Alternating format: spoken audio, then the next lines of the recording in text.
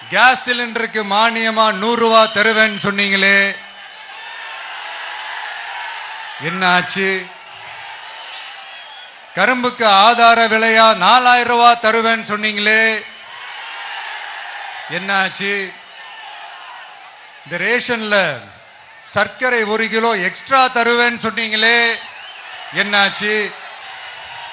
ரேஷன்ல உளுந்தம்பருப்பு கொடுப்பேன்னு சொன்னீங்களே, என்னாச்சு? நானும் இது எத்தனை வாட்டி ரிப்பீட் பண்றதுன்னு எனக்கு தெரியல. நீட்டை ரத்து செய்வோம்னு சொன்னீங்களே, என்னாச்சு? ஸோ எதெல்லாம் அவரால் செய்ய முடியாதோ அதையெல்லாம் பொய் வாக்குறுதிகளாக கொடுத்து ஏமாத்துறது தான் இவருடைய வேலையே. இப்போ அடுத்த செட் ஆஃப் இந்த பொய் வாக்குறுதிகளை ரெடி பண்ணிட்டாரு. அதனால அவரை மாதிரி நாங்கள் பொய் வாக்குறுதிகள்லாம் கொடுக்க மாட்டோம்.